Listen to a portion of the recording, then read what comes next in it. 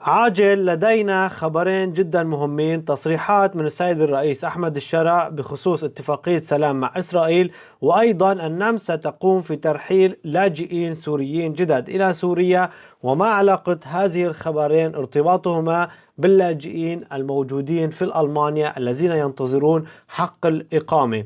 بداية نبدأ في الخبر الأول. اليوم تم ترحيل لاجئ سوري عمره 39 عام من النمسا إلى سوريا مباشر، عمره 39 سنة. هذا اللاجئ كان عنده حق الحماية سابقا وتم سحب منه حق الحماية، يعني عنده إقامة مثل الأشخاص الموجودين في ألمانيا أو النمسا أو غيره اللي عنده الحماية، وتم سحبها منه بسبب ارتكابه جرائم. من هاي الجرائم اللي ارتكبها هذا الشخص هي جرائم تحرش يعني بالنساء وهيك، كلكم تعرفوا، ما نذكر كثير تفاصيل عشان ما يتقيد الفيديو.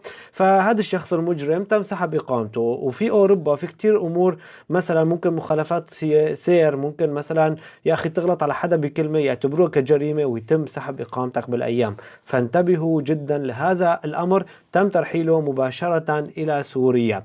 طبعا انتقدوا كثير منظمات إنسانية وغيره، ولكن على الفاضي ما عاد ينفع هذا الحكي. المجرم راح يتم سحب إقامته ويتم ترحيله. الآن ننتقل إلى الخبر الآخر بتصريحات جديدة من السيد الرئيس أحمد الشرع.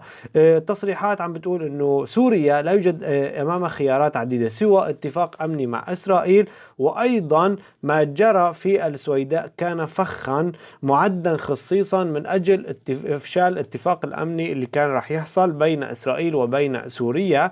حاليا عم بيقول أنه نحن قريبين جدا من التوصل إلى اتفاق أمني بين سوريا وبين إسرائيل بوساطة أمريكية. طبعا هذا الاتفاق الأمني يعني بوقف إطلاق النار مثلا من طرف الإسرائيلي، وقف الضرب، وقف الدخول، وقف التوغل، وقف إنشاء مناطق ما بعرف شو، مناطق آمنة وغيرها. فهذا كله بيضمنه الاتفاق الجديد. الاتفاق رح يتوقع خلال الأيام القادمة. حسب كلامه رح يكون الاتفاق هذا مشابه للاتفاق اللي حصل عام 1974، ولكن بأي حال من الأحوال لا يعني التطبيع أو الانضمام إلى اتفاقيات أبراهام. فنرجع للبداية، شو بيعني التصريح هذا مع ترحيل اللاجئ الأول؟ هذا الشيء بيعني انه حاليا في بسوريا بس عم بصير شوية مشاكل من طرف السويداء بسبب ضرب الإسرائيل مثلا، او بسبب الدرزي وعصابته يعني مثلا.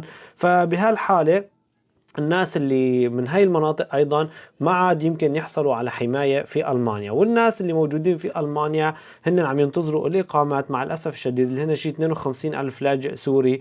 يعني غالبا ألمانيا واحدة من الدول هي أنه ما تعطيه الإقامات، ممكن تعطيه الفرصة أنه إذا الشخص اشتغل، إذا الشخص درس، أنه ياخذ إقامة.